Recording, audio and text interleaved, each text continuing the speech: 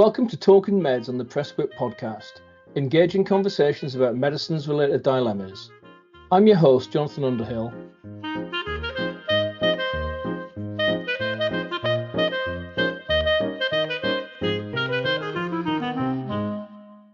Hello and welcome to Talking Meds. I'm joined today by Julian Treadwell, and we're going to talk about his fantastic website resource called GP Evidence. Before we get into that, Julian may well be known to many people. I've had the pleasure of knowing Julian for a number of years, back from when I was at the National Prescribing Centre and then latterly at NICE. But Julian's an academic GP now based in the University of Bristol. He has interests in polypharmacy, long-term conditions and evidence-based medicine, evidence-based practice. He's got additional roles with NICE as a moderator for their GP reference panel. He was a founding member of the Royal College of GPs group on overdiagnosis, which if you haven't subscribed to that or listened, it's a mailing list that you subscribe to, and there's some fantastic CPD on there around the issues that we all deal with around medicines optimization and overdiagnosis and overprescribing. And Julian's also an associate editor of the Drug and Therapeutics Bulletin. But today, as well as talking about Julian's career, we're also going to talk about the website GP Evidence, which he developed, I think, when you were at the University of Oxford, Julian. But GP Evidence, if you haven't seen it, we'll put a link in the show notes to the website. It provides really useful, easily accessible and understandable information on the benefits and risks of the different therapeutic options that you have, medicines and actually non-medicines as well, for some of the commonly seen conditions in primary care.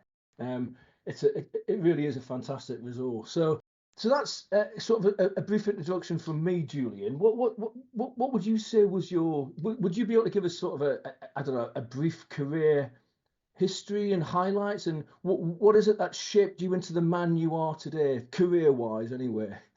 Career-wise, we'll leave it to that, shall we? Morning, great to see you, and thanks for having me on. I guess, the background to this was I'm an academic GP now, but for the first half of my career, I was an entirely clinical GP with a very normal GP career trajectory. And I had done my GP training in the 1990s when evidence-based medicine was kind of the new big thing in a way. And it was part of the MRC GP exam, and I got really well trained. I remember, going to dedicated workshops and having lots of interesting conversations about EBM at the time. A couple of things that stick out in my memory were talking to my GP trainer about statins, which were new and causing a lot of controversy and conversations about how would we persuade people to take preventive drugs after a heart attack. And good Lord, now they've got to take aspirin and statin and a beta blocker. People will never do this. What's all this about? And then another example was bisphosphonates, which the drug reps were marketing like mad. And on an EBM course, people talked about the numbers needed to treat for bisphosphonates being 30 for fracture preventions. I thought, is that good medicine? And having a conversation at coffee time with the GPs I worked with, an opinion was quite strongly divided, actually. I was fresh off my EBM course saying, oh, this can't be right. And the senior partner who I think had looked after lots of patients with osteoporosis said, no, look, this is a really disabling, difficult condition. Anything we can do to prevent it is really valuable. So those conversations were going on. And the idea of evidence-based medicine originally was that we were all going to go away and look up original studies and quality appraise those studies and interpret them and apply them in our practice, sharing decisions with patients and using our clinical judgment and all of that. And it quickly became apparent to everyone that this was just not going to be possible. So what we ended up with was clinical guidelines. And we have got in this country, I think, really good clinical guidelines now from NICE, and the culture of guideline-driven medicine, let's call it, has got a lot going for it. And I was enthusiastic about that over my clinical career. And I was a partner in a GP practice over the 2000s, implementing QOF and doing lots of preventive medicine, hypertension, statins, diabetes, all of that enthusiastically. And then by the end of the decade, I began to see all this problematic polypharmacy happening and spending lots of time talking to patients about side effects and monitoring their potassiums and getting busier and busier, and just thought, oh my goodness, what's happening? Is this really what we want to do? And that was a turning point in practice. And what I did then was start digging around in the back end of NICE guidelines.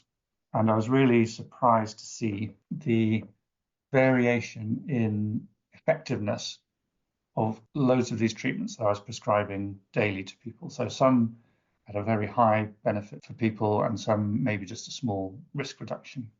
Yet they all look the same in the clinical guidelines, and you couldn't tell the difference between the high value ones and the not so high value ones. And it just struck me that this was really problematic, and we just should have better information available to us. So it was that kind of epiphany just over 10 years ago now that led to the idea of GP evidence and a change in career. Yeah, it's interesting. So when I was talking to Neil Maskery, who I worked with for many years, we had similar epiphanies at about the same time in our career, where we just went, oh, crikey, either teaching evidence-based medicine and expecting people to be able to do that is flawed, because you need to understand how human beings make decisions and interpret evidence and communicate it to others. And also, as you say, just because a guideline says offer or consider doesn't mean that the person necessarily will want to take that medicine, because it will have a various there are various degrees of risks and benefits that you have to explain to people in terms that they can understand. And NICE guidelines will always say at the start, you need to explain this to people in terms that they can understand, but sometimes didn't actually help you do that, did they? It was left to the individual to almost guess what they thought the risks and benefits were. So I think that's the thing what we're coming to with GP evidence. It helps that communication, that conversation between clinician and person, doesn't it? So you can explain the risks and benefits. So just give people an idea, for those who, there may well be some people out there who still haven't seen GP evidence, and shame on you if you haven't. but here's an opportunity just to explain what GP evidence is and how people might use it. What are the key concepts of it? Well, I think to start with, guidelines are a good place to start. And I just want to say that right up front, because we just couldn't manage without them. And what GP evidence has got in it is information. There's some key bits of information which, in addition to the guideline recommendations, can help us practice in a truly person-centered way, as and when we want to. Because often the guideline recommendation is the right thing to do, actually. So we don't always have to make things too complicated. And can I try out a new analogy on you? So I was thinking about if you're buying a second-hand car, and you went to the car salesman and you said, okay, so how fast does this car go? And they said, well, it goes, it drives. And he said, well, how fast will it go? Oh, you don't need to know that. And then he said, well, what's the fuel economy like? And they say, oh, it's all right, it meets the regulations. What are the safety standards like? Yeah, they meet the regulations too. And would you buy that car on that information? No, is the answer, I guess, for most people. But that's how we operate with clinical guidelines. They say, here's a car, it goes, and we recommend you should drive in it. So what are the bits of information that are like the fuel economy and all the rest of it? So the first one, I think, is about the value of the treatments, the quantitative value. So we're all pretty good at knowing why we're prescribing stuff, like, you have a statin to prevent a heart attack or stroke. You control hypertension to prevent heart attacks or stroke. You control glucose in type 2 diabetes to prevent diabetic complications. But if you ask, well, how much do they prevent complications? What's the real value? Is it that everyone who's got a high cholesterol is going to have a heart attack, and the statin is definitely going to prevent that heart attack? If you've got diabetes and you take all these drugs to control your glucose, will you definitely not have a diabetic complication? And the answer to that is, of course, no. So then you have to think a bit more in a slightly more complex manner. So, what are the chances of me having that complication or that cardiac event or fracture or whatever it is to start with? And how much does taking the drug for 10 years, 3 years, 5 years change that? And that's where the variety is. So if we want to ask those questions, you get into statistics and we think about absolute risk reduction, relative risk reduction, numbers needed to treat, and all of that kind of thing. So, and that's the place to start, I think. And maybe we should just talk a bit more about those to unpack it for people. What do you think? Yes, absolutely. So I think you're absolutely right. I love the car analogy. I've used car analogies quite a lot in my teaching of sort of how people make decisions, but I've not heard it in that way. But that's a really good one because you're absolutely right. And yet we do accept that. Oh, this is a safe medicine because the regulators have said it's safe, and this is an effective medicine because the guidelines recommend it. But there is a value judgment there that's going to be individual to the individual, funnily enough. And what's a large benefit to you, Julian, might be a small benefit to me. And the only way that you can overcome those different value preferences that we have is to explain it in numerical terms. And NICE talks about using natural frequencies rather than using sort of fractions. Like if you say, you're going to reduce your risk by a third with this medicine or by a fifth with this medicine. We shouldn't do that. We should use natural frequencies.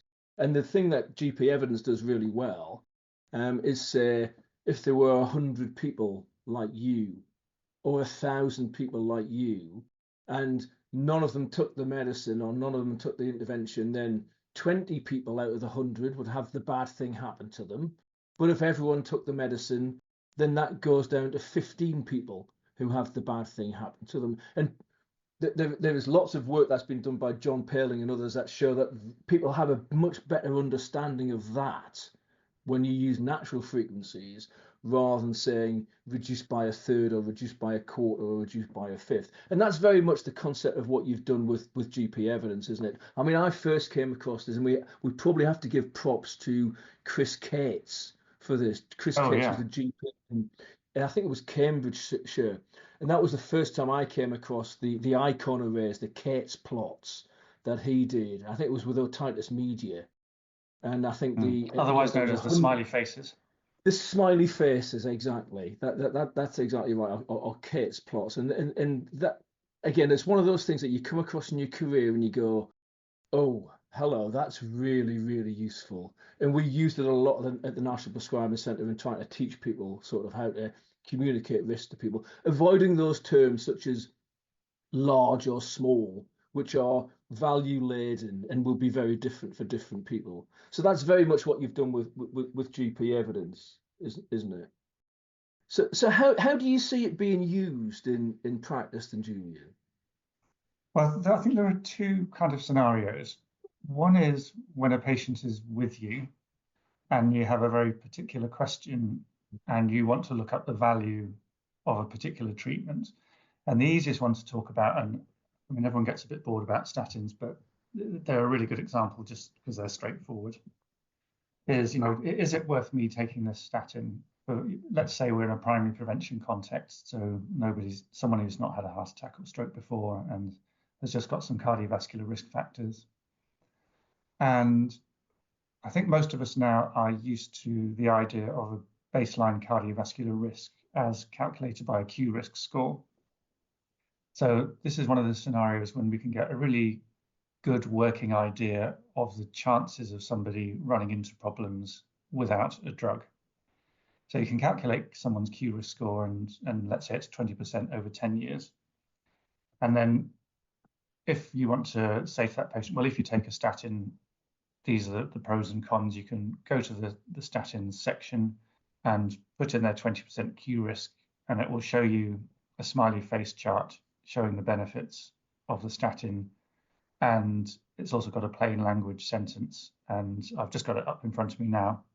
So for 20% cardiovascular risk, if 100 people with a baseline cardiovascular risk of 20% take a statin for 10 years, 7 will avoid a cardiovascular event compared with if they hadn't taken a statin. And you can look at the graphics, and there's also the summary data like absolute risk reduction and numbers needed to treat there. So you can just find out those sorts of useful numbers very easily. And also on the same page, there's a tab which you can click on which says harms, and we've got easily digestible numbers about the risks of stuff like myositis and rhabdomyolysis, very, very low, elevated liver enzymes and all that stuff. And statins are basically very, very safe drugs. So the benefits and harms are there. And it's worth saying the website was designed for clinicians in mind to get information into the clinicians' heads for you to use as you want. However, when we tested the website, it was clear that a lot of people like the smiley face charts, the Kate's plots, so much that they're turning their screens around and showing them to patients. So you could show patients the diagrams if you like, although it hasn't been validated and tested in that way. But the language is very plain and simple, and I think you could use it. I would use it in that way.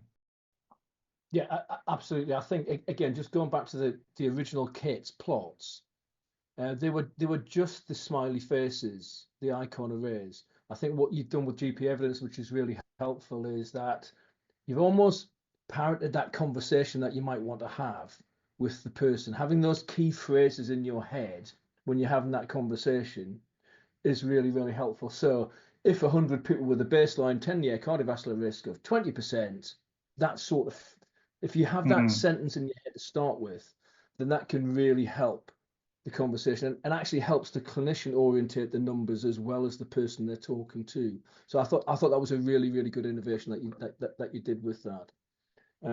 So yeah, so I guess there's the using it in practice potentially with the person in front of you. I don't see patients very often, apart from usually family members and friends now that I've semi-retired. But I use this to try and get a sense of myself around the magnitude of benefit and risk. So I use it as almost CPD for myself. So did you see that as being a utility of GP evidence as well? Do you think that people will use it that way? Yeah, for sure. And there's extra information in here will take too long to read in a consultation. So if you look under the basic data, there's always some information about where the evidence came from, what the quality of evidence is like, and who the people were in the studies on which it's based, plus some extra information with more background and some slightly deeper reading. One of the challenges when you start opening up this can of worms, you see the numbers and then you start asking more questions. So I've tried to provide answers for some more questions, but they're the sort of thing you need to read over a cup of coffee. It was designed with real world practice in mind. So there's very little fluff in there, and the text is really brief and concise. So I hope that everything in there is as easy to read as it possibly could be. So there are some things that you could read in 5 or 10 minutes, or 2 minutes over a cup of coffee. There are a couple of bits which maybe we'll come on to later, that are a bit more complicated and you probably need to sit down for half an hour with, but not many of them. But certainly it's something you can browse around and have a look up of this or that. So having worked myself at writing patient decision aids, it was always difficult to find that balance between giving just sufficient information that's going to be helpful and was also valid, with the context in there and the caveats around some of the evidence that and where it's come from. But you end up very quickly with 14, 15, sometimes 25 pages of documentation for a patient decision aid that you can never ever get to in a 10-minute consultation. So it's always about finding that right balance, isn't it, between giving enough information, but also make sure that it's still valid and that the caveats are in there as well. And I think you've done that really well with GP evidence. The caveats are there for people who want them, but if you just want that very short illustration in the consultation, that's there as well. No, I think that's really helpful. I mean, obviously nice talk about the 3-talk model in shared decision making, where you've got the choice talk first of all. So what is it that matters to you? And then you've got the decision talk at the end. The middle bit is the options talk, isn't it? And this is where this is really helpful. So what are the options? What are the risks? What are the benefits? Using BRAN, and we've talked about that before on the podcast. So benefits, risks, alternatives, and what happens if he just stares you on, no treatment. And I think this works really, really well for that. So I guess so talking about the validity of this then, and I think it's only right that we do talk about the provenance of this and where it's come from. So I guess could you just tell us how is it produced and how on earth do you keep it up to date, Julian? Yeah, that's a very good question. So it was produced, it was a PhD project that I undertook, and it was funded by the NIHR, the National Institute for Health Research. So there's nothing commercial about it, and it's freely available. So one of the challenges is bringing all the evidence together. And what I did was use the NICE guidelines themselves, which have already been through this incredibly rigorous kind of world-leading evidence synthesis process, and looked at the recommendations in the NICE guideline. And then you can, I mean, anybody can do it if you want to. You can go into the back end of the NICE guidance on their website and look at the studies and dig out the numbers from that, which is what I did. And hooray for NICE! It's really, really good to look in the back end and see how good their processes are. So most of the evidence comes from the NICE evidence reviews.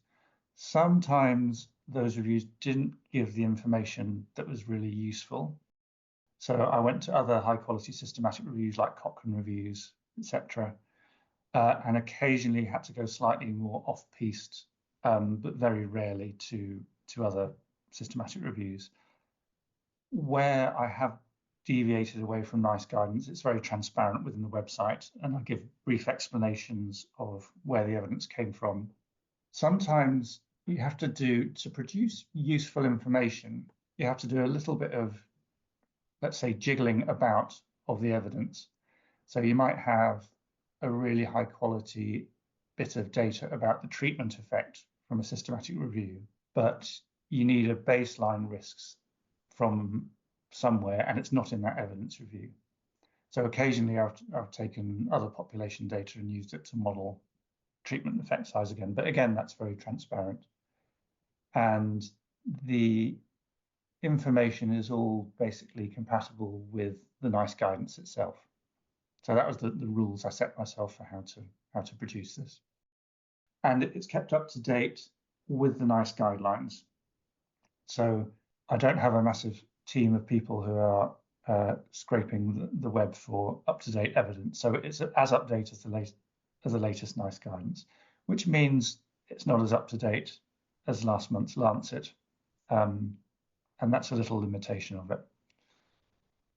Yes, I mean, I used to get asked that a lot at NICE. So NICE have a surveillance team who are scanning the literature on a daily basis. And if anything important comes along that triggers an update, then they all jump into action and update the guideline. So there's a reassurance there that if NICE hasn't updated something, it's probably because it doesn't have that much impact on the recommendations. It might change the numbers a little bit, and it might have an impact on some of the icon arrays and GP evidence, but it's not going to fundamentally change it. It's not going to change it from 14 yellow faces to 35 yellow faces. It might change it from 14 to 13 or 14 to 15.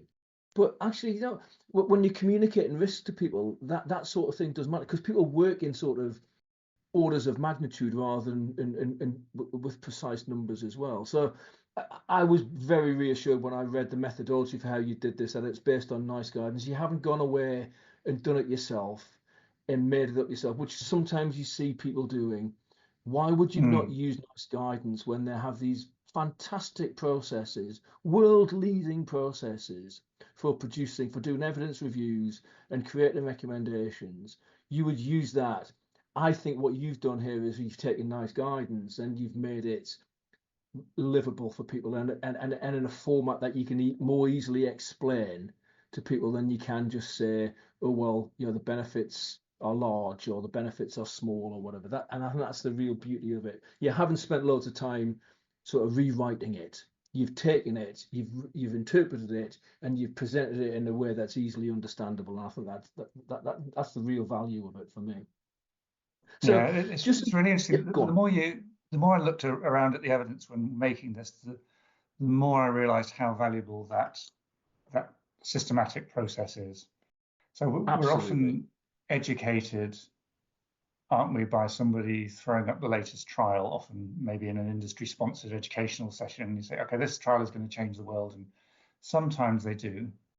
But when you see, a whole systematic review process and the balance that produces in giving you quality data, it's really, really interesting. That's right. I mean, we talk about this when we teach information mastery to people, and it's about using those trusted sources.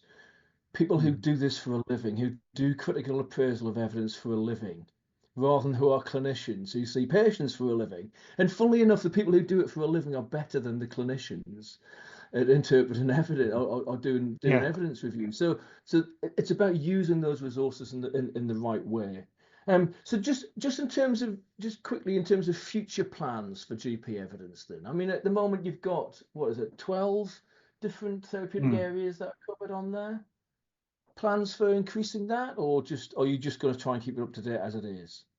Yeah, I'd love to expand it as much as possible. We need some funding. So anybody out there with deep pockets, or who knows someone with deep pockets, please get in touch. I hope to add a topic or two over the next year, as part of my academic job. It'll definitely be kept up to date with nice guidance. So there's so much more that could be done with it. The obvious ones are more topics, and there are some design developments to do with it as well, but we need to find some money first. Absolutely. I think just in terms of the coverage is pretty good now. I think it's about people using this in an educational setting. I can see a real utility for it being used to educate. I use it when I'm teaching GPs to how to pass their RCGP AKT exam. Oh yeah. And said yes, and you have a look on GP evidence if you want to take that into your when you're doing your consultation skills assessment, or when you're trying to answer your exam. And it's brilliant for that, and it's a revelation for GPs who haven't seen it. Actually, they go, "Oh, crikey, I didn't know this existed." Isn't that really helpful? So I think that's great. I usually ask people at the end of this, what are the three things that you think people should do around GP or should do differently as a result of this conversation. I think first of all, if you've not seen GP evidence, have a look at it, and then even if you have another look at that and practice it in the mirror. so you hone your consultation skills, and you get those, and you rehearse those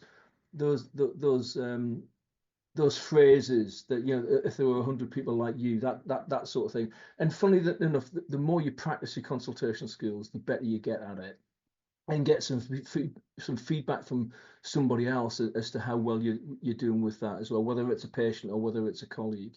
But I think I'm struck by, and what again, we talked about epiphanies earlier. One of the great epiphanies in my career was reading Gabbay and Le May's paper from the 1990s about mind lines. So what these researchers did was they sat in a GP practice for 2 weeks and watched what the GPs did when they were talking to patients, and they came up with this phrase that what people rather than accessing guidelines in real practice, we have pictures of evidence in our head. They're called the mind lines. So we all have mind lines that have been created over the years, tacitly informed by our experiences and our brief reading and talking to other people.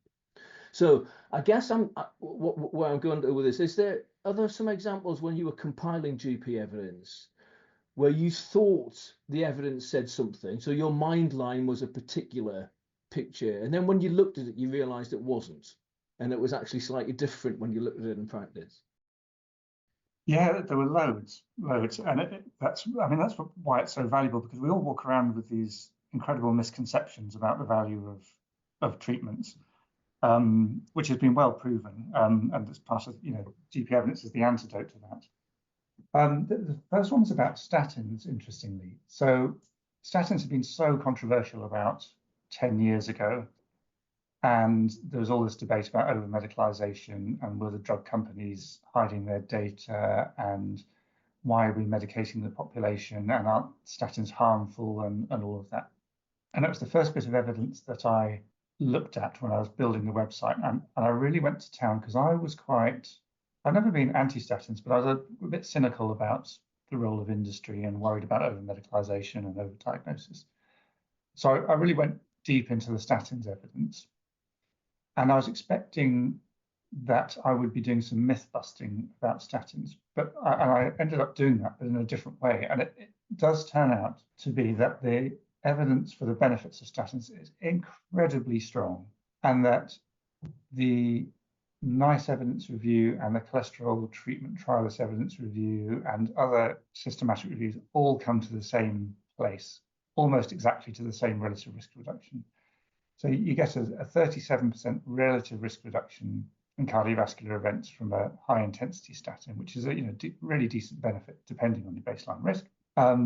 And then the other controversy was about side effects. And then you look at that, and actually there aren't that many. And there were these lovely placebo studies that had been done in the couple of years before GP evidence came out, which showed that a lot of the side effects are nocebo effects. So anyway, that's all there on GP evidence. So one was realizing actually how great the evidence for statins is, despite all that controversy. There's another nice example, which was about gout.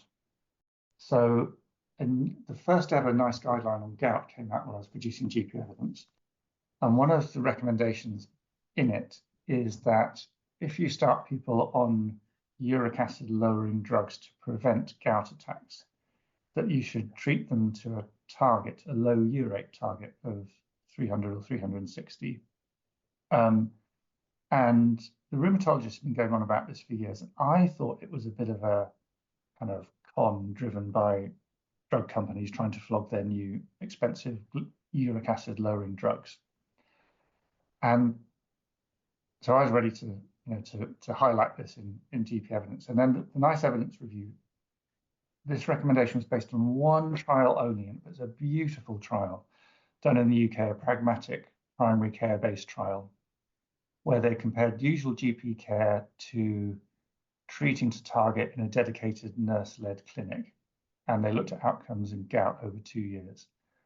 And the benefits in the reduction of flare-ups were phenomenal in the treat to target group compared to the just muddle along as we usually do GP group. Really, really beneficial. All of it done, well, nearly all of it done, with good old-fashioned allopurinol, with 0 side effects in the trial, safe, cheap, effective, just fantastic. And if you look at the smiley faces on the gout section in GP evidence, it's really obvious how beneficial they are. Yeah, 16 out of 100, isn't it? So 100 people, out of 100 people who are treated to target, 16 of them will have two fewer flares a year.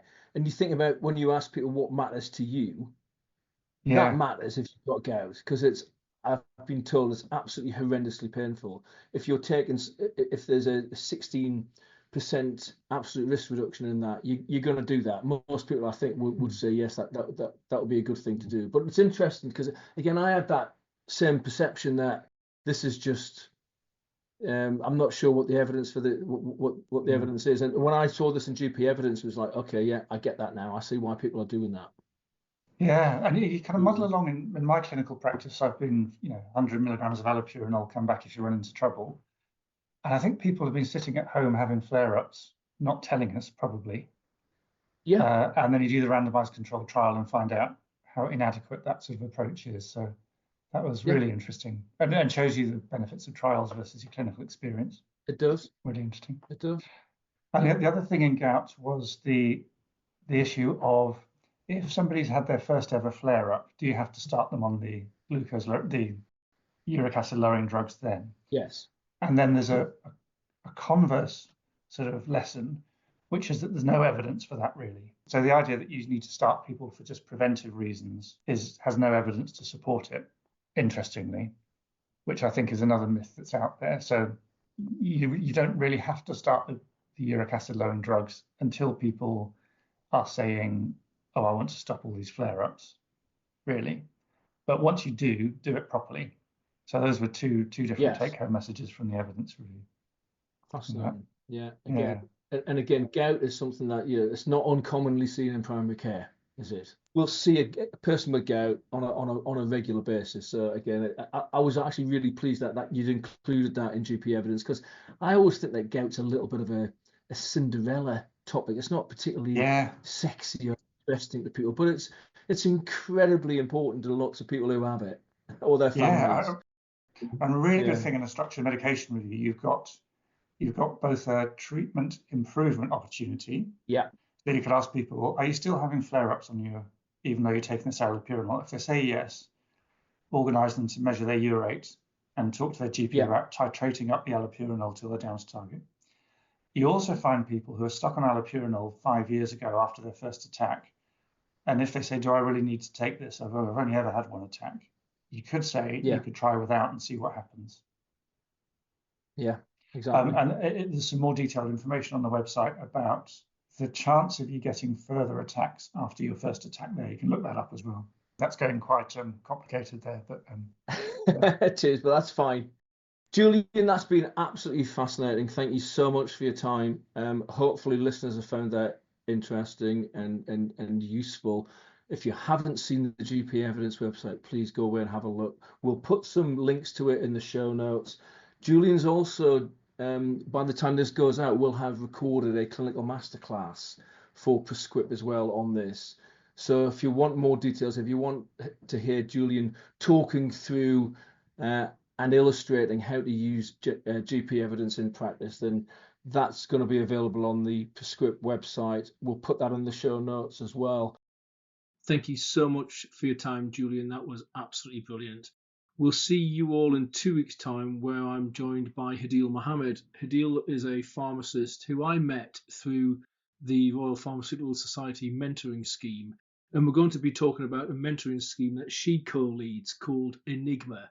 And it's aimed specifically to support women pharmacists who are from a ethnically diverse background.